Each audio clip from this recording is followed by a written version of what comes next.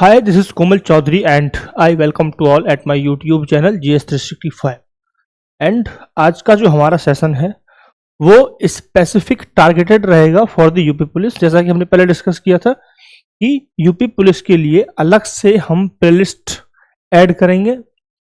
सो ये first lecture रहेगा। इस प्लेलिस्ट में आपका जो पॉलिटी हम कवर करने वाले हैं वो टारगेटेड होगा यूपी पुलिस के लिए। जब हम यूपी पुलिस के लिए पढ़ेंगे तो हम स्पेसिफिक बात करेंगे ऐसे टॉपिक्स जो प्रीवियस ईयर में बहुत रिपीट हुए हैं, जहां से क्वेश्चंस रिपीट हुए हैं, जहां से क्वेश्चंस आए हैं, हम उन टॉपिक्स को कवर करेंगे। ठीक है, जहां से संभावनाएं बहुत ज्यादा हैं, जिस तरह के क्वेश्चन आए हैं उन चीजों को हम यहाँ पे PDF आपको मिल जाएगा, यहाँ पे मेंशन किया गया है। सो अगर आपको ऐसा लग रहा है कि ये क्लास कॉन्सेप्चुअल क्लियरिटी के लिए लगाया गया है तो ऐसा नहीं है। इस क्लास में आपको कॉन्सेप्ट्स नहीं बताएंगे। इस क्लास में सिर्फ टू द पॉइंट बात होगी और only for the UP police होगी, यूपी पुलिस कांस्टेबल। ठीक है, जिन बच्चों को कॉन्सेप्ट के साथ पढ़ना है उनके लिए दूसरा प्लेलिस्ट है जो हमारा फाउंडेशन बैच अभी चल रहा है। जो फाउंडेशन का प्लेलिस्ट ऐड हो रखा है पहले से ही, आप वहां से कर सकते हैं। वहां पे कॉन्सेप्ट के साथ चीजें क्लियर की गई हैं। राइट। सो आज के लेक्चर में कोई भी कॉन्सेप्ट, कोई भी डिटेल अलग से आपको नहीं बताई जाएगी। जो भी होगा only on for the UP police होगा। जो भी पीपीटी पे आपको दिख रहा है या पीपीटी आपको जब ग्रुप में मिलेगी, वो सब PYQs यानी प्रीवियस ईयर के क्वेश्चन, पिछले सालों में आए हुए क्वेश्चन के एनालिसिस के आधार पर बनाया गया है। ये किसी भी बुक की कॉपी नहीं है। आप मैच कर सकते हैं कहीं जाके, जो भी आपके पास सोर्सेस हैं। ठीक है। दूसरा पॉइंट, जब आप ये क्लास करेंगे, इस क्लास के बाद आई रिक्वेस्ट कि आप सारे लोग जो वीडियो देखें प्रैक्टिस करो, क्योंकि आपको इंफॉर्मेशन मिल जाती है, सोर्स आपको इंफॉर्मेशन दे देंगे, बट एग्जाम में टाइम मैनेजमेंट कैसे होगा ये आपको प्रैक्टिस से पता चलेगा। दूसरा पॉइंट, क्वेश्चन किस तरीके से फ्रेम होते हैं ये भी आपको PYQ से पता चलेगा जब आप प्रैक्टिस लगाते हैं या टेस्ट सीरीज लगाते हैं। Right. So as of now जिन बच्चों का सिलेबस कंप्लीट हो चुका है, ये बहुत फास्ट ट्रैक क्लास होने वाली है। बहुत ही कम समय में, कम से कम समय में हम ज्यादा से ज्यादा चीजें कवर करेंगे। ठीक है।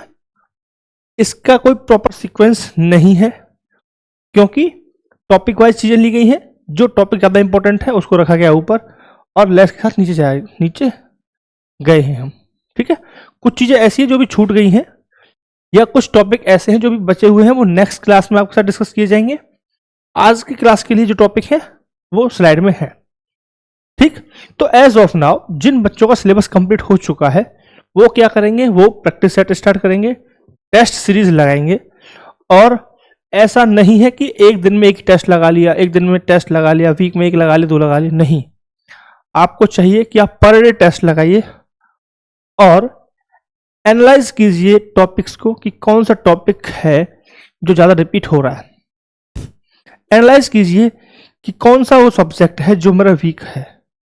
एनालाइज कीजिए कि कौन सा ऐसा सब्जेक्ट है जहां पे मैं और मार्जिन ले सकता हूं। ये सब चीजें हमें पता चलेंगी टेस्ट सीरीज से। राइट। सो अभी से, आज से, अभी से टेस्ट सीरीज क्या होना चाहिए, प्राइमरी सोर्स होना चाहिए, जहां से आप क्या करेंगे, पहले टेस्ट सीरीज लगाएंगे, फिर उसको एनालिसिस करेंगे। देखो, एक चीज सिंपल सी समझो। जब हम बात करते हैं टेस्ट सीरीज, एक सिंपल क्वेश्चन आता है, उसके 4 ऑप्शंस होते हैं। तो जब हम एनालिसिस पढ़ते हैं, सॉल्यूशन देखते हैं, तो हमें एडिशनल बहुत सारी इंफॉर्मेशन एड अप होती है। ठीक। दूसरा, आप सेम टीचर से सेम क्लास रिवाइज करते हैं तो आपको सेम ही डाटा मिलता रहेगा। ठीक। सेम टीचर है, सेम क्लास, सेम डाटा, कुछ भी एड अप नहीं हो रहा है, कोई भी ऐड नहीं हो रहा है, कोई भी नई चीज आपको नहीं मिल रही है। राइट। यानी कि उस सोर्स से अगर क्वेश्चन आया तो ठीक, लेकिन अगर अलग से आया तो टाटा बाय बाय। इसलिए हम क्या करेंगे, हम करेंगे प्रैक्टिस सेट, यानी कि आप करेंगे प्रैक्टिस सेट। जब आप प्रैक्टिस सेट लगाते हैं तो एक क्वेश्चन आपको बहुत सारी एडिशनल इंफॉर्मेशन देगा। जो क्वेश्चन गलत हो गया उसको भी देखेंगे, जो क्वेश्चन सही हो गया उसे भी देखेंगे कि मैंने क्या सोचकर इसे ये ऑप्शन मार्क किया था, क्या मेरे द्वारा लगाया गया लॉजिक ठीक था, क्या जो मैंने सोचा उस तरीके से ही आंसर था या सिर्फ तुक्का फिट हो गया। हम हर चीज एनालिसिस करेंगे। जब आप अपने आप को इतना डीप एनालाइज कर लेंगे तो आप जब एग्जाम में बैठेंगे तो आप डेफिनेटली कंफर्टेबल पोजीशन में होंगे कंपेयरली अदर्स। तो प्रैक्टिस करनी है, एनालाइज करना है और पर डे प्रैक्टिस सेट लगाना है। एक फुल फ्लैश टेस्ट लगाओ, इसको देखो ही मत, ठीक है, क्योंकि हमारा पर्पज है एग्जाम क्वालिफाई करना, ना कि प्रैक्टिस सेट क्वालिफाई करना, ठीक है। हमें सिर्फ ट्रेंड देखना है, हमें सिर्फ इंपॉर्टेंट टॉपिक देखने हैं, हमें अपनी कमियां जाननी है through the practice set, right. So अब इसे प्रण लीजिए कि हम क्या करेंगे, हम प्रैक्टिस सेट जरूर लगाएंगे पर डे। जब आप प्रैक्टिस सेट लगाएंगे तो आपको बहुत सारा टाइम जाएगा, ठीक है, लेकिन आप ये बात मेरी मानिए कि वो टाइम आपका सबसे ज्यादा यूजफुल हो रहा है जब आप प्रैक्टिस सेट लगा रहे हैं। आप सेम बुक पढ़ते रहिए, सेम डाटा रिसीव करते रहिए, उसमें वो क्या है, वो यूजफुल नहीं है। वहीं आप नया डाटा आपको रिसीव मिलेगा, नई नई चीजें आपको समझ में आएंगी और आप ये भी समझेंगे कि क्वेश्चन किस तरीके से आएगा, ठीक है। सो स्टार्ट करते हैं आज का पहला टॉपिक। पहला टॉपिक जब हम बात करते हैं तो इंपॉर्टेंस हमारी स्टार्ट होती है यहां से कि संविधान सभा का गठन किस तरीके से हुआ। यानी कि संविधान सभा की जब हम बात करते हैं तो हमारे सामने सबसे पहले टॉपिक आता है संविधान सभा की मांग किसने की, ठीक है। तो जब हम बात करेंगे संविधान सभा की मांग किसने की तो हमें नाम दिखता है पहले, सबसे पहले स्वराज, प्रशासन, इन सब चीजों का हमें एक विचार देखने को मिला, जिसकी शुरुआत हुई थी 1895 में बाल गंगाधर तिलक के द्वारा की गई थी। उसके बाद हमें देखा कि महात्मा गांधी ने भी अपने विचारों में स्वशासन जैसे शब्दों का प्रयोग किया, ठीक है। लेकिन जब हम बात करते हैं संविधान सभा की मांग तो नाम आता है एम.एन. रॉय का। एम.एन. रॉय 1934 में उन्होंने पहली बार संविधान सभा की मांग की। ये वामपंथी नेता थे, ठीक है। इन्होंने संविधान सभा की पहली मांग की, यहां पे लिखा हुआ है 1934 संविधान सभा की पहली मांग, ठीक है। इसके बाद हम थोड़े से आगे बढ़ते हैं तो हम देखते हैं कि 1935 ईस्वी में कांग्रेस ने औपचारिक रूप से संविधान सभा की मांग की। यानी कि कांग्रेस की ऑफिशियल डिमांड हो गई थी, डिमांड बन गई थी क्या, कि हमें अपना संविधान सभा का गठन करना है। ऐसा रेजोल्यूशन पास किया गया कांग्रेस के सेशन में, ठीक है। फिर आगे जब हम बढ़ते हैं तो हम एक घटनाक्रम देख रहे हैं कि किस तरीके से संविधान सभा की मांग को बढ़ाया गया। ये क्या है, ये घटनाक्रम है सारे, ठीक है। फिर हम आगे देखते हैं, जब हम आगे बढ़ते हैं तो हम देखते हैं कि 1938 में पंडित जवाहरलाल नेहरू, एक बड़ा नाम बड़े नेता पंडित जवाहरलाल नेहरू जी ने कहा कि संविधान सभा का गठन बिना बाहरी हस्तक्षेप के होना चाहिए और जो संविधान सभा के सदस्य होंगे उनका चुनाव सार्वभौमिक वयस्क मत अधिकार के आधार पर होना चाहिए। आप सभी को पता है वयस्क मताधिकार क्या होता है। वयस्क मताधिकार होता है जैसे कि अभी की डेट में 18 साल से ऊपर के सभी व्यक्ति को वयस्क के रूप में माना जाता है और मत अधिकार यानी कि वोट देने का अधिकार उन्हें दिया गया है। यानी कि वयस्क मताधिकार यानी कि एडल्ट होने के बाद मत देने का अधिकार। सिंपल ये हो गया। ये पॉइंट आया था निकल के 1938 में पंडित जवाहरलाल नेहरू। इसी पॉइंट को मानते हुए ब्रिटिश सरकार ने पहली बार औपचारिक रूप से मांग को स्वीकार किया। जिसे स्वीकार कैसे किया कि संसद में क्या किया, उन्होंने अपनी संसद में एक प्रस्ताव को पास किया जिसे अगस्त प्रस्ताव के नाम से जाना जाता है, ठीक है। यानी कि औपचारिक मांग को जो माना गया है उससे संबंधित जो प्रस्ताव है उसे अगस्त प्रस्ताव कहा गया, राइट। फिर हम आगे देखते हैं, उसी के रेस्पॉन्स में क्रिप्स मिशन को लाया गया, ठीक है। क्रिप्स मिशन में कितने सदस्य थे, 3 सदस्य थे और स्टीफर्ड क्रिप्स इसके अध्यक्ष हुआ करते थे, राइट। फिर हम देखेंगे स्टीफर्ड क्रिप्स अध्यक्ष थे और 2 सदस्य और थे, राइट। इसके बाद जब ये प्रश्न लाया गया तो इसे जवाहरलाल नेहरू ने तिथि से निकला हुआ चेक कहा, वहीं महात्मा गांधी ने इसे डूबते हुए बैंक का चेक कहा। यानी कि जो क्रिप्स मिशन लाया गया उसके प्रोविजंस थे, उनके बारे में कहा गया कि यह डूबते हुए बैंक का चेक है या फिर ये क्या है, तिथि से निकला हुआ चेक, चेक बाउंस हो गया है, इस चेक की कोई वैल्यू नहीं है। क्योंकि ऐसा हुआ था जब हम स्वशासन की मांग कर रहे थे तो उन्होंने हमें लॉलीपॉप दिया, जब हम पूर्ण स्वतंत्रता की मांग कर रहे हैं तो वो हमें लॉलीपॉप दे रहे हैं अब अधिराज्य यानी डोमिनेंट स्टेटस का, राइट। तो क्रिप्स प्रस्ताव को क्या कर दिया गया, रिजेक्ट कर दिया गया, इसे स्वीकार नहीं किया गया। दोनों ही बड़ी पार्टियों ने इसे रिजेक्ट कर दिया, कांग्रेस और मुस्लिम लीग ने। फिर अंततः 1946 ईस्वी में कैबिनेट मिशन को लाया गया, जिसके आधार पर हमने देखा कि संविधान सभा का गठन हुआ, ठीक है। इसके क्या क्या प्रोविजन थे, किसने सदस्य थे, क्या क्या थे, वो सब डिटेल आपको देखनी है तो आप फाउंडेशन वाली वीडियो जाइए और वहां पर विजिट कीजिए, बहुत डिटेल में हमने किया है, राइट। तो कैबिनेट मिशन के माध्यम से संविधान सभा का गठन हुआ और चुनाव हुए। इसके प्रोविजन थे कि 10 लाख सीटों पे एक मेंबर होगा, 389 मैक्सिमम सीट होंगी, है ना, वो डिवाइडेशन, वो सब चीजें जिनको डिटेल और कॉन्सेप्ट चाहिए, आई एम सेइंग अगेन, जिनको कॉन्सेप्ट और डिटेल चाहिए समझने के लिए, क्योंकि ऐसा होता है जब हम कॉन्सेप्ट के बिना पढ़ रहे हैं तो चीजें बाउंस चली जाएंगी, लेकिन जब कॉन्सेप्ट पढ़ेंगे तो चीजें बहुत अच्छी समझ में आएंगी। तो जो बच्चे अभी इनिशियल फेज है, जिनका सिलेबस कंप्लीट नहीं हुआ है, जिनका, वो फाउंडेशन प्रीफर कीजिएगा, ठीक है। लेकिन जिनका आप सिलेबस कंप्लीट हो चुका है, ये क्या है, क्विक रिवीजन हो रहा है, ठीक है। यहाँ पे आप क्या कर रहे हैं, रिवाइज कर रहे हैं बहुत जल्दी जल्दी, ठीक है।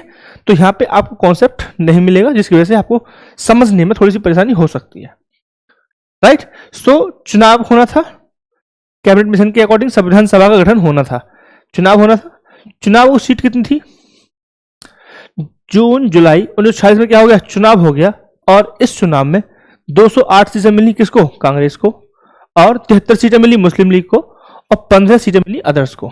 यानी कि 208 सीटें कांग्रेस, 73 सीटें मुस्लिम लीग, और निर्दलीय छोटी पार्टी को मिली 15 सीट। चुनाव हो गए, संविधान सभा का गठन हो चुका है। तो जब हम बात करते हैं गठन हो गया, तो फर्स्ट मीटिंग क्या हुआ, फर्स्ट मीटिंग हुई थी हमारी 9 दिसंबर 1946 को फर्स्ट मीटिंग हुई, जिसमें फ्रांस की परंपरा के अनुसार हमने संविधान सभा के सीनियर मोस्ट सदस्य को क्या बना दिया, संविधान सभा का अस्थायी अध्यक्ष बनाया, ठीक है। अगर हम बात करें इस मीटिंग में कितने सदस्य थे, तो इस मीटिंग में 211 सदस्य थे। क्लियर, ये पॉइंट क्लियर है, ठीक है। जो बोल रहा हूं यहां पे यही सब लिखा हुआ है, राइट। तो जब हम बात करते हैं, फर्स्ट मीटिंग हो गई, 211 सदस्य थे।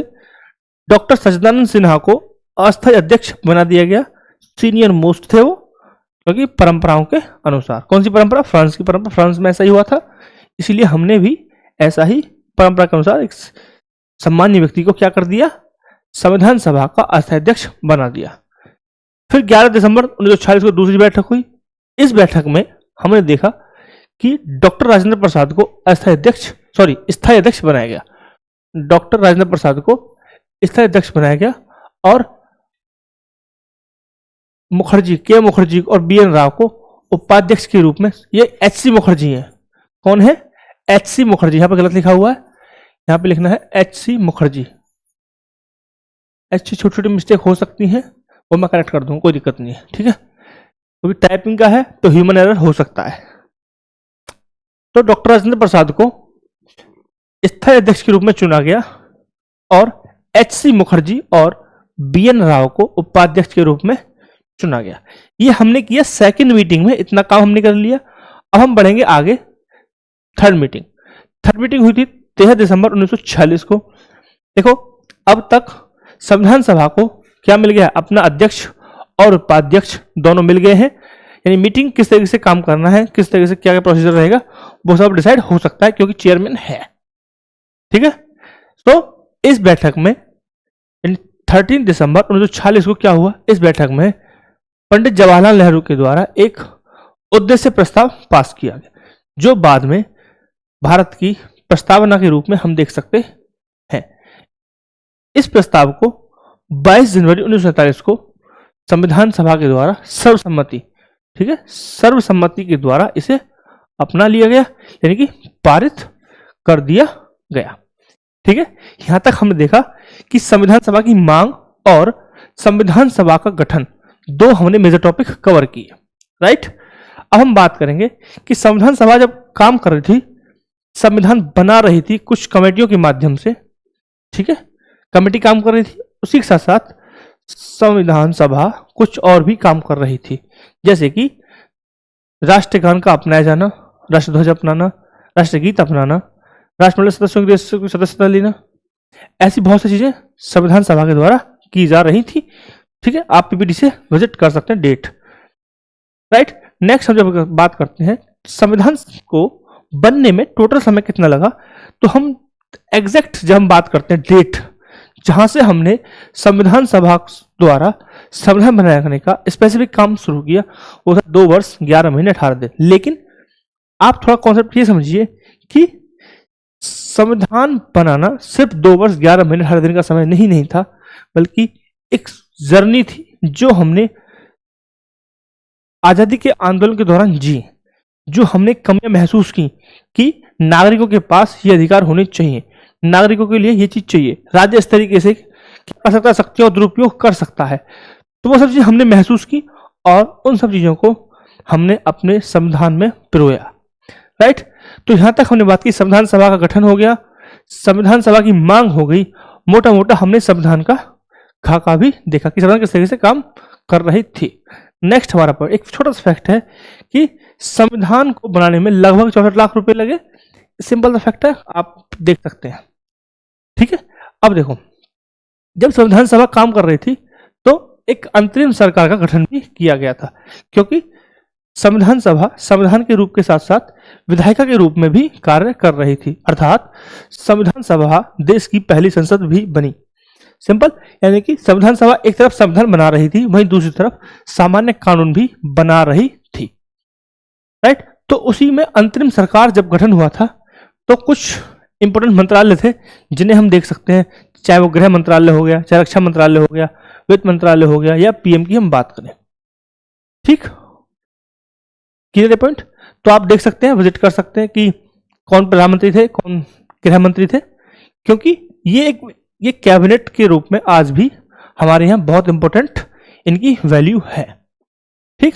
दूसरा नेक्स्ट हम पॉइंट नेक्स्ट डिस्कस करेंगे कि संविधान सभा में सभी वर्गों का प्रतिनिधित्व था, चाहे हम बात कर लें एससी, चाहे एसटी की, या ओबीसी, चाहे एंग्लो इंडियंस की बात करें, चाहे ईसाई, किसी धर्म की बात करें, हर धर्म से, हर जाति से वहां लोग उपस्थित थे। ठीक है। तो संविधान सभा में हर ग्रुप का, हर धर्म का, हर व्यक्ति का प्रतिनिधि के रूप में उपस्थित थे। अगर मैं बात करूं, क्या महात्मा गांधी संविधान सभा का अंग थे? जी नहीं। तो महात्मा गांधी संविधान सभा का अंग नहीं थे, संविधान सभा के सदस्य के रूप में उन्होंने काम नहीं किया। हालांकि उन्होंने बहुत सी चीजें प्रभावित की, बट एज ए मेंबर वो संविधान सभा का सदस्य नहीं थे। अगर हम बात करें कि संविधान में मुस्लिम्स भी थे, जी हाँ, संविधान में मुस्लिम्स भी थे, और संविधान में महिलाओं की उपस्थिति भी देखी गई, लगभग नहीं, एग्जैक्ट नंबर है 15, यानी कि संविधान सभा में 15 महिलाएं भी थी, जिनमें एक मुस्लिम महिला भी थी। अगर एक है तो थोड़ी स्पेसिफिक हो जाती है, थोड़ी इंपॉर्टेंट हो जाती है, और उसका नाम इंपॉर्टेंट हो जाता है, तो नाम था उनका बेगम एजाज रसूल। यानी कि एक ऐसा वर्ग जो बहुत ही पिछड़ा हमें दिखता है अभी भी, है ना, जागरूकता के रूप में बहुत ही पिछड़ा अभी भी हमें दिखता है, उस वर्ग की महिला भी संविधान सभा में उपस्थित थी, जो अपने आप में क्या है, एक जागरूकता और एक क्या बोलेंगे, जागरूकता को दिखाता है। ठीक है। नेक्स्ट फैक्ट हम बात करें कि 26 नवंबर 1949 को संविधान बनकर तैयार हुआ। 26 नवंबर 1949 को संविधान बनकर तैयार हुआ और इस बैठक में 284 सदस्य उपस्थित थे। क्लियर बात? 26 नवंबर 1949 को संविधान बनकर तैयार हो गया। 299 सदस्यों में से 284 सदस्य उपस्थित थे और सभी ने हस्ताक्षर किए। 26 जनवरी 1950 को संविधान लागू हुआ। हालांकि कुछ संविधान का हिस्सा जो स्वतः ही लागू हो गए थे। ठीक है, तो जब हम बात करते हैं संविधान का लागू होना, तो संविधान दो भागों में लागू हुआ था। एक तो स्वतः लागू हो गया था 26 नवंबर 1949 को जब बन के लागू हुआ तब। दूसरा पार्ट जो मुख्य पार्ट था, रिमेनिंग पार्ट था, वो 26 जनवरी 1950 को लागू हुआ। ऐसा क्यों कहा, ऐसा क्यों किया गया? क्योंकि 26 जनवरी की अपनी एक ऐतिहासिक महत्ता है। जब लाहौर सेशन हुआ था 1929 ईस्वी में कांग्रेस का, उसमें पहली बार स्वराज्य की मांग की गई थी, जिसके आधार पर हमने बनाया कि हमने स्वराज्य की मांग की थी। वो हमारे लिए ऐतिहासिक क्या था, दिन था। उसी ऐतिहासिक दिन को हमने मान्यता देते हुए क्या किया, अपना संविधान यानी कि 26 जनवरी 1950 को हमने क्या किया, लागू किया। यहां तक पॉइंट क्लियर है? ठीक। नेक्स्ट टॉपिक से हम बात करते हैं। तो नेक्स्ट टॉपिक है हमारा भारत के संविधान की अनुसूची। तो जब हम बात करते हैं अनुसूचियों की, अनुसूची क्या होती है, भाग क्या होते हैं, आर्टिकल्स क्या होते हैं, इन सब का डिफरेंस अगर आपको समझना है तो आपको फिर से मैं कहूंगा कि आप फाउंडेशन वाली जो प्लेलिस्ट है उसको विजिट कीजिए। बट ये एग्जाम में नहीं आता है, सिर्फ कॉन्सेप्चुअल क्लियरिटी के लिए बताई जाती है, तो आप इसकी भी कर सकते हैं। तो हम बात करते हैं अनुसूचियों की। तो भारत के संविधान में मूल संविधान जो था, यानी कि 26 जनवरी 1950 को जो संविधान लागू किया गया, उस संविधान में 395 अनुच्छेद, 22 भाग और 8 अनुसूचियां हुआ करती थी। ठीक है, ये सब बात आपको पता है कि 8 अनुसूचियां हुआ करती थी। लेकिन बाद में संशोधनों के माध्यम से अगर मैं बात करूं, आज की डेट में लगभग 465 अनुच्छेद और 12 अनुसूचियां हैं, जबकि भाग 25 है। ठीक है, ये सब किसके माध्यम से हो रहा है? ये सब हो रहा है संविधान संशोधन के माध्यम से। तो अब हम समझेंगे कि पहली अनुसूची में क्या है, दूसरी अनुसूची में क्या है, क्योंकि अनुसूचियों से बहुत सारे क्वेश्चंस रिपीट हमने देखे हैं। तो फर्स्ट अनुसूची की मैं बात करूं, पहली अनुसूची की बात करूं, तो पहली अनुसूची में क्या आता है बताइए? पहली अनुसूची में आता है हमारे राज्यों के नाम और केंद्र शासित प्रदेश। यानी कि अगर मैं इस अनुसूची की बात करता हूं तो सारे जो जितने भी स्टेट्स हैं उनके नाम और यूटीएस के नाम यहाँ पे दिए हुए हैं। ठीक है, यानी कि जब हम नए स्टेट को बनाते हैं, नया स्टेट बनाएंगे कोई भी, तो अनुसूची फर्स्ट में भी क्या होगा, परिवर्तन या संशोधन करना पड़ेगा। ठीक, तो सिंपल अनुसूची फर्स्ट में क्या है, सिंपल है, कुछ नहीं है, राज्यों के नाम और केंद्र शासित प्रदेशों के नाम। यहाँ पे लिस्ट दी हुई है कि भारत में कितने राज्य हैं और कितने केंद्र शासित प्रदेश हैं। अगर आपको देखना तो आप कहाँ जाएंगे, अनुसूची 1 में जाएंगे। इसी तरीके से जब हम बात करते हैं अनुसूची 2 की, तो अनुसूची 2 बात करता है वेतन भत्ते एवं बचत अधिकार, यानी कि सैलरीज की जो बात करेगा वो किस में आएगी, अनुसूची 2 में। चाहे हम बात करें भारत के राष्ट्रपति हो गए, ठीक है, राज्यपाल हो गए, लोकसभा अध्यक्ष हो गए, ठीक है, उपाध्यक्ष हो गए, राज्यसभा के सभापति हो गए, राइट, हाई कोर्ट के जज हो गए, सुप्रीम कोर्ट के जज हो गए, इन सब की जब हम बात करेंगे सैलरी वाला पार्ट किस में जाएगा, अनुसूची 2 में जाएगा। ठीक है, इसी तरीके से अनुसूची 3 में शपथ की बात करता है। यदि शपथ से रिलेटेड कुछ अगर होता है तो हमें कहाँ देखने को मिलता है, हमें देखने को मिलता है कहाँ पे, अनुसूची 3 में, राइट। अनुसूची 4 क्या कहता है, राज्यसभा की सीटों का आवंटन, यानी कि राज्यसभा में किस स्टेट की, किस राज्य की कितनी सीटें होंगी, किस राज्य की कितनी सीटें होंगी, ये सब कहाँ दिया हुआ है, ये दिया हुआ है अनुसूची 4 में, राइट।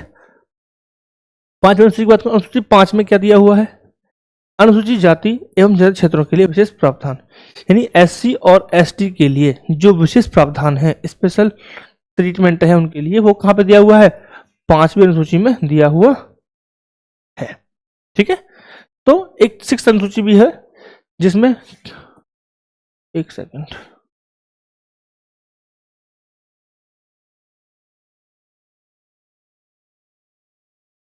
6th अनुसूची है जिसमें जिसमें क्या हुआ है, 4 राज्य असम, मेघालय, त्रिपुरा के लिए विशेष प्रावधान। असम, मेघालय, मिजोरम, त्रिपुरा के लिए विशेष प्रावधान। ठीक है, यानी कि इन स्टेटों के लिए विशेष प्रावधान दिए गए हैं अनुसूचित क्षेत्रों से संबंधित। यानी कि 4 स्टेटों के लिए अगर हम बात करते हैं तो अनुसूचित 6 बात करता है, असम, मेघालय, मिजोरम, त्रिपुरा। अगर इनसे अलग किसी भी अनुसूचित जाति की बात होगी, क्षेत्र की बात होगी, तो किस में जाएगा, वो जाएगा हमारे अनुसूची 5 में। ठीक है, आप एक करंट अफेयर्स का मेरा प्ले लिस्ट है, उसमें दोनों में डिफरेंस समझ सकते हैं, अनुसूची 6 और अनुसूची 5 में बहुत डिटेल में समझा रखा है, वहां विजिट करके आप देख सकते हैं। ठीक है, 7वें सूची में क्या है, शक्तियों का बंटवारा, पटवारा नहीं बंटवारा, समझ करना है, बंटवारा। ठीक है, यानी कि विषयों का बंटवारा, संघ सूची, राज्य सूची या समवर्ती सूची। आप सभी को पता है संघ सूची यानी कि संघ विषय इसमें शामिल होंगे, जिसमें ऐसे विषय जिन पर संसद कानून बना सकती है उन्हें संघ विषय के अंदर रखा गया। ऐसे विषय जिन पर राज्य सरकार कानून बना सकती है उन्हें राज्य सूची के विषय के अंतर्गत रखा गया। समवर्ती सूची क्या होती है, ऐसे विषय जिन पर राज्य और स्टेट और केंद्र सरकार दोनों ही नियम बना सकते हैं, उन्हें कहेंगे हम क्या, ऐसे विषयों को कहाँ रखा गया, समवर्ती सूची में। और भारत के संविधान में ये आर्टिकल 246 में दिया हुआ है, अनुच्छेद 246। ठीक है, 8वें सूची बात करता है भाषा की। तो जब संविधान इंट्रोड्यूस किया गया, जब 14 भाषाएं हुआ करती थी, अभी के लिए कितनी भाषा है, 22 भाषा है इस अनुसूची में, राइट। 9वीं अनुसूची की बात करें, जमींदारी व्यवस्था, जिम्मेदारी जमींदारी व्यवस्था, जमींदारी व्यवस्था की समाप्ति और जमींदारों से जमीन छीनकर वापस किसको कर दी गई थी, वापस किसको की गई है, वापस की गई है छोटे किसानों को। ठीक है, ये इसे लाया गया था फर्स्ट अमेंडमेंट एक्ट 1951 के द्वारा। ठीक है, नेक्स्ट हमारा है 10वीं अनुसूची, दल बदल कानून व्यवस्था। इसे 52वें संविधान संशोधन 1985 के द्वारा जोड़ा गया। यानी कि अगर कोई व्यक्ति, कोई सदस्य चुनाव जीतने के बाद, ये बहुत सारे प्रोविजंस हैं जिनके माध्यम से अगर वो अपने दल का परिवर्तन करता है, ठीक है, बहुत से क्लॉज दे रखे हैं इसके अंदर, तो आप समझ सकते हैं लिस्ट जाकर। ठीक है, तो उनके माध्यम से क्या होगा, दल बदल के आधार पर आपको क्या होगी, सदस्यता आपकी चली जाएगी और आप अयोग्य कर दिए जाएंगे, आपकी सीट रिक्त हो जाएगी। 11वीं अनुसूची की बात करूं, पंचायत राज व्यवस्था, जिसे 73वें संविधान संशोधन 1992 के द्वारा जोड़ा गया और 1993 में इसे लागू किया गया और इसमें 29 विषय हैं। तो 3 इंपोर्टेंट चीज यहाँ पे डाल दी गई हैं, कौन सी, नगद, ये पंचायत व्यवस्था, 73वें संविधान संशोधन अधिनियम 1992 के द्वारा लाया गया और इसे 1993 में लागू किया गया और इसमें 29 विषय हैं। इसी तरीके से नगर पालिका, 74वें संविधान संशोधन अधिनियम 1992 के द्वारा लाया गया, 1993 में लागू किया गया और इसके विषय कितने, 18 विषय हैं। ठीक है, तो ये थी हमारी 12 अनुसूचियां जो हमने बहुत ही छोटे फॉर्मेट में कवर कर ली हैं। अब हम बात करेंगे संविधान की प्रस्तावना। इस संविधान की प्रस्तावना को लेकर क्या क्या है, तो संविधान की प्रस्तावना, एन ए पालकीवाला ने प्रस्तावना को संविधान का परिचय पत्र कहा। ये एक इंपॉर्टेंट पॉइंट है कि एन ए पालकीवाला ने संविधान की प्रस्तावना को क्या कहा, परिचय पत्र कहा।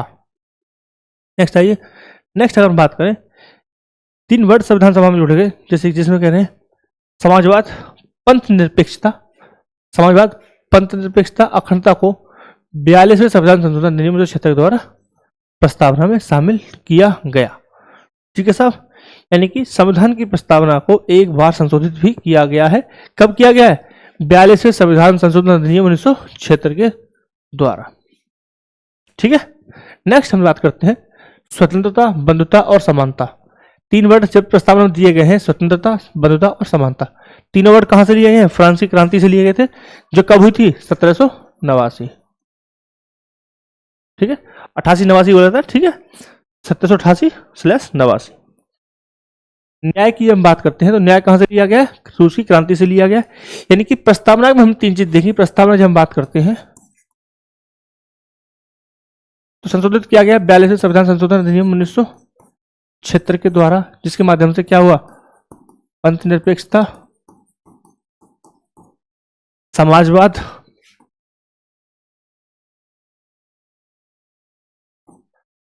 अखंडता, इन सबको क्या किया गया, जोड़ा गया। वही हमने बात की कि एक मिनट,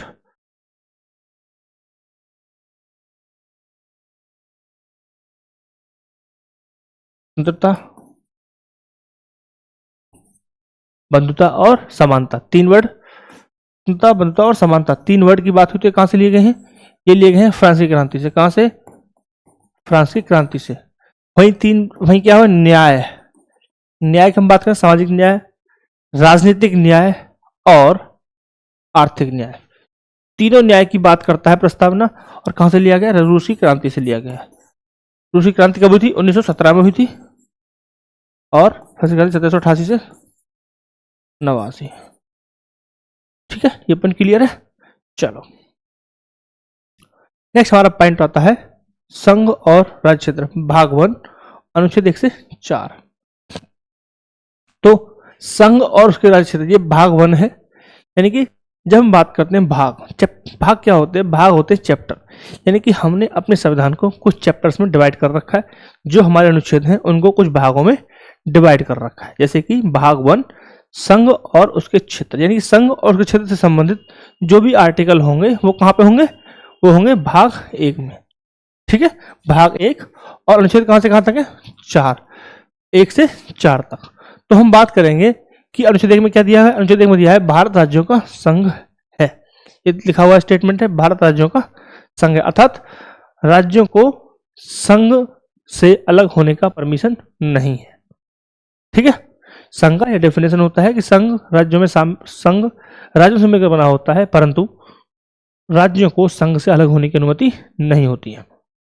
राइट, नेक्स्ट हमारा है, इसमें क्या लिखा हुआ है, इंडिया दैट इज भारत, देश का नाम लिखा हुआ है, राज्यों के नाम और केंद्र शासित प्रदेशों के नाम लिखे हुए हैं। यही हम बात करते हैं भाग 1। भाग 1 के अनुच्छेद 1 में क्या लिखा हुआ है, भारत राज्यों का संघ है। दूसरा, इंडिया दैट इज भारत, यानी भारत, इंडिया जो कि भारत है, नाम लिखा हुआ है देश का, राज्यों के नाम और केंद्र शासित प्रदेशों के नाम लिखे हुए हैं। अनुच्छेद 2 क्या कहता है, बाहरी क्षेत्र को अपने देश में मिलाना। अनुच्छेद 2 कहता है बाहरी क्षेत्र को अपने देश में मिलाना, ये बात करता है अनुच्छेद 2। इसी तरीके से जब हम बात करते हैं अनुच्छेद 3 की, अनुच्छेद 3 क्या कहता है, राज्यों के नाम बदलना या राज्यों को क्षेत्र में परिवर्तन करना। यानी कि 2 और 3 में अगर हम डिफरेंस करने की कोशिश करें तो अनुच्छेद 2 डिफरेंस ये करता है बाहरी क्षेत्र, यानी कि जो पहले भारत का हिस्सा नहीं है, उससे संबंधित कुछ भी होता है तो अनुच्छेद 2 अप्लाई होता है। लेकिन जो हिस्सा भारत का पहले से ही है, उस क्षेत्र में परिवर्तन करते हैं तो वो आ जाएगा अनुच्छेद 3 के अकॉर्डिंग। क्लियर, यानी कि जो हिस्सा है, सपोज करो ये टेरिटरी है, ये टेरिटरी है जिसपे किसी का और का कब्जा नहीं है, भारत इस पर कब्जा किया और इसको अपना क्षेत्र बना लिया, तो क्या हो गया, आर्टिकल 2। ऐसे यूपी है, इसको ब्रेक किया और उत्तरांचल बनाया, उत्तराखंड बनाया, राइट, तो वो क्या हो गया, वहां पे आर्टिकल 3 लागू हो गया, क्योंकि पहले से ही उत्तर प्रदेश क्या था, भारत का हिस्सा था। राइट, अनुच्छेद 4 क्या कहता है, अनुच्छेद 4 कहता है अनुच्छेद 2 और 3 के अंतर्गत किए गए व्यवस्था। ठीक है, अनुच्छेद 2 और 3 के अकॉर्डिंग आप कुछ भी करते हैं तो वह संविधान संशोधन नहीं माना जाएगा, यानी कि वह संविधान संशोधन के अंतर्गत नहीं माना जाएगा। Right, I hope this point is clear. चलो नेक्स्ट हमारा आता है कि भारतीय संसद अनुच्छेद 2 और 3 का प्रयोग सार्वभौमत से करती है। ये एक इंपॉर्टेंट पॉइंट है कि अनुच्छेद 2 और 3 का प्रयोग जब भी होगा वो सिंपल मेजोरिटी से होगा। सिंपल मेजोरिटी क्या होती है, उपस्थित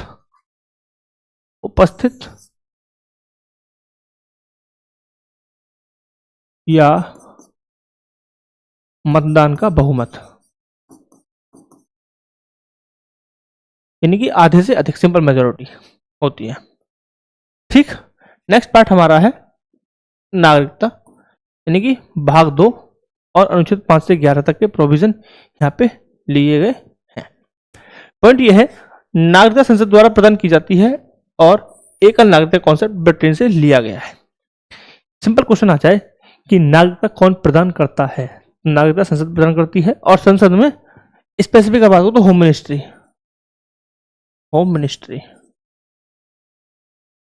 ठीक है, क्लियर? यानी कि ये चीज भी याद रखेंगे कि संसद तो प्रोवाइड करती है, बट स्पेसिफिक कौन इन्वॉल्व होता है? Home ministry.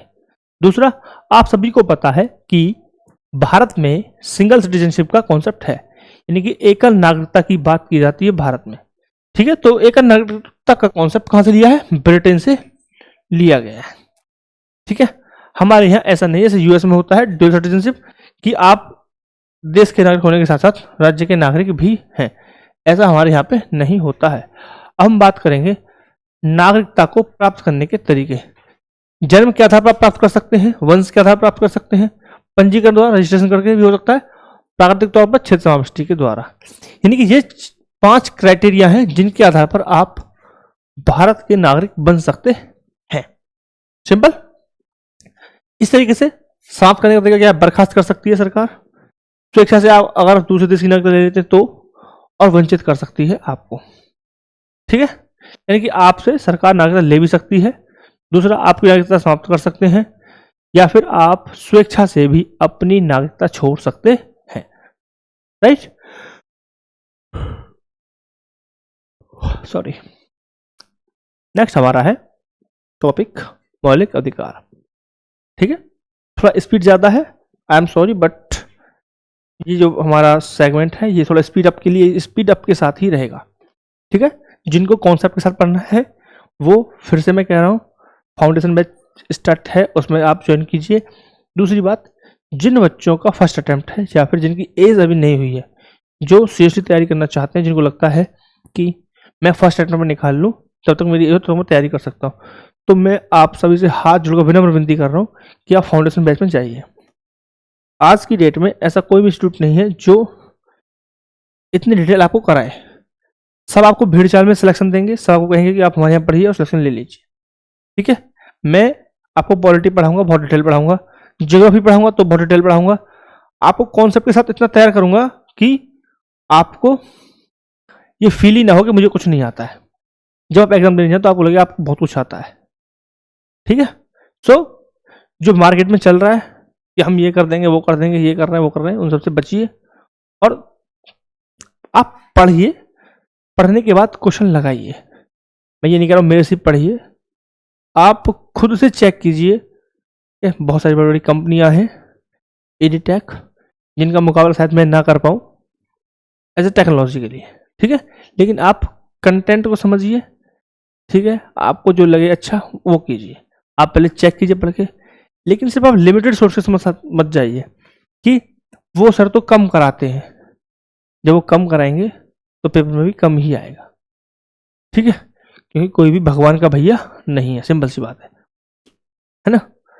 ट्रेंड देख सकते हैं, PYQs देख सकते हैं, उसके अकॉर्डिंग हम तैयार कर सकते हैं।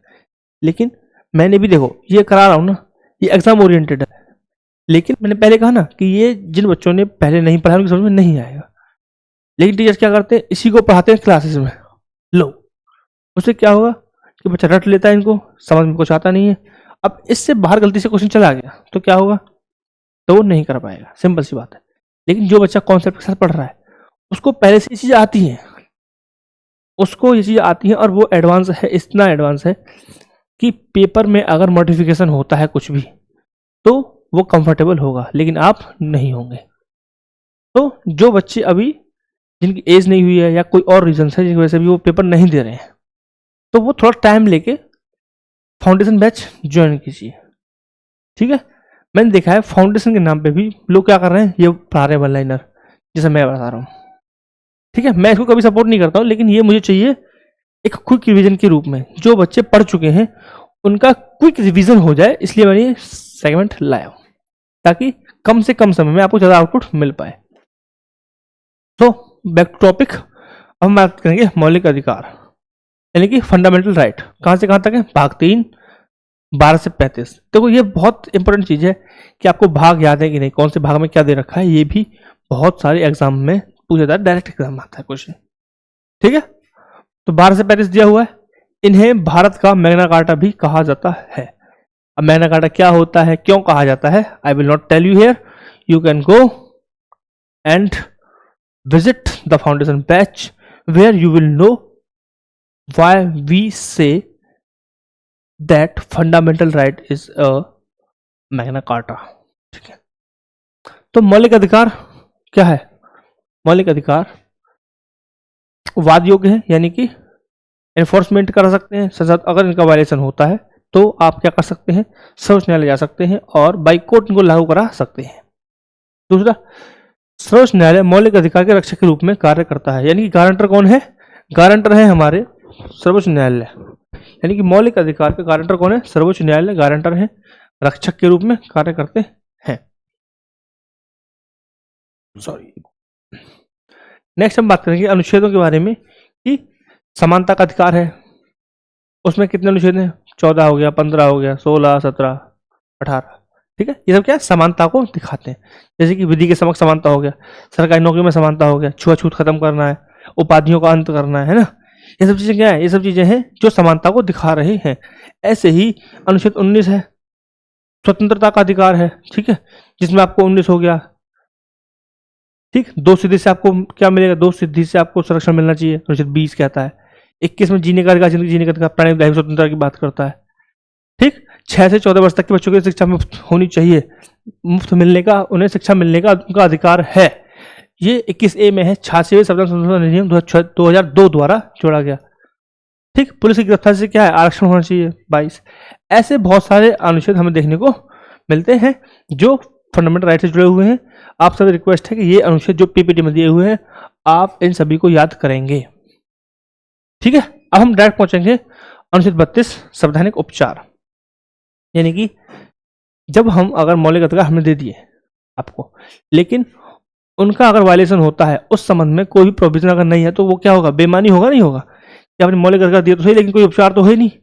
अगर वायलेशन हो रहा है, हमारे राइट है, उनका वायलेशन हो रहा है और कोई उनका इलाज नहीं है, तो क्या है?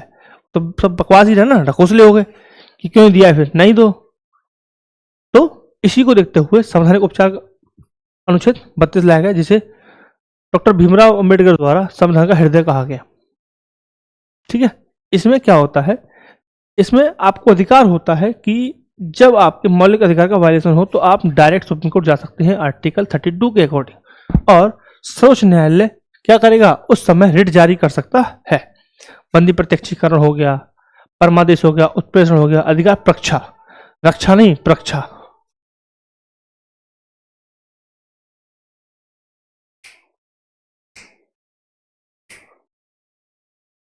ठीक है, तो अधिकार प्रक्षा हो गया, यहां पे प्रक्षा कर लेंगे आप। ठीक है, ये सब क्या है? मौलिक अधिकारों को लागू करने के लिए रिट है, यानी कि अगर आपके मौलिक अधिकार का वायलेशन हुआ है तो उसका इंतजाम भी कहाँ पे किया गया है? उसको लागू करने का इंतजाम भी किया गया है मौलिक अधिकार के रूप में।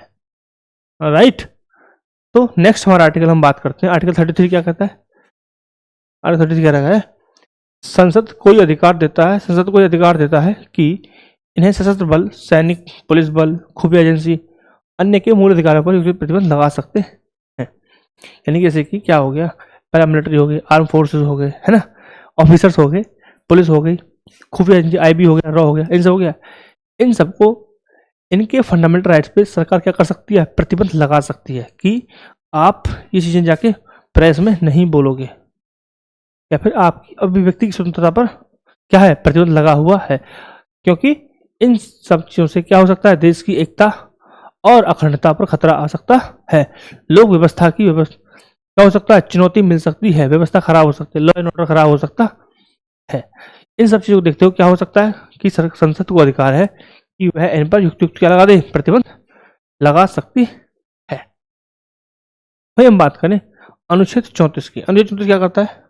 मार्शल लॉ की बात करता है, जो आपातकाल नहीं होता है, लेकिन बहुत सारी अधिकार जो सामान्य नियम कानून व्यवस्था को हटाकर सैनिक व्यवस्था को लागू कर देता है। ठीक है, उसे कहते हैं मार्शल लॉ, और ये आर्टिकल 34 में दिया हुआ है। तो हमने डिस्कस किया है 12 से 34 अभी तक।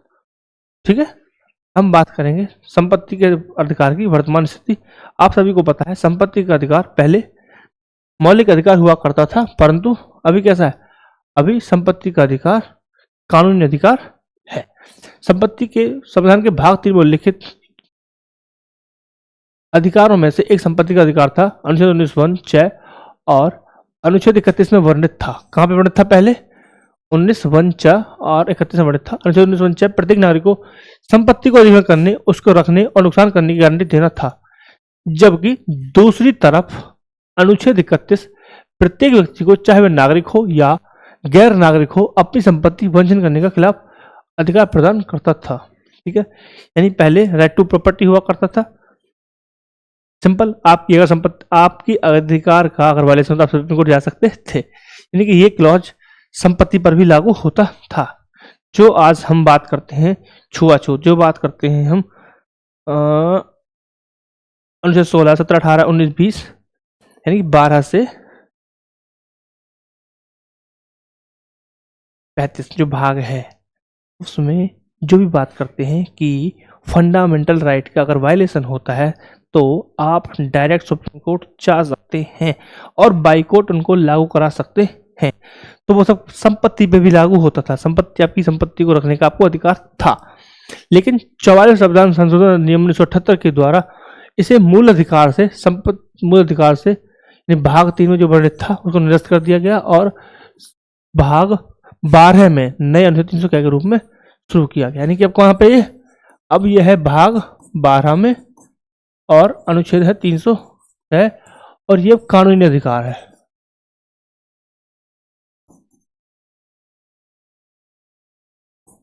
अब ये कानूनी अधिकार है। Clear point?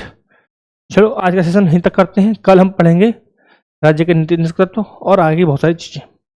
ठीक है, thank you for the watching and बहुत सारी चीजें आपको अच्छी लगी होंगी। शेयर कीजिए वीडियो को ताकि और लोगों को भी हेल्प मिल पाए और उनका भी क्विक रिवीजन हो पाए and they also can enjoy the day and feel comfortable when they visit the exam center. So thank you very much for the once again.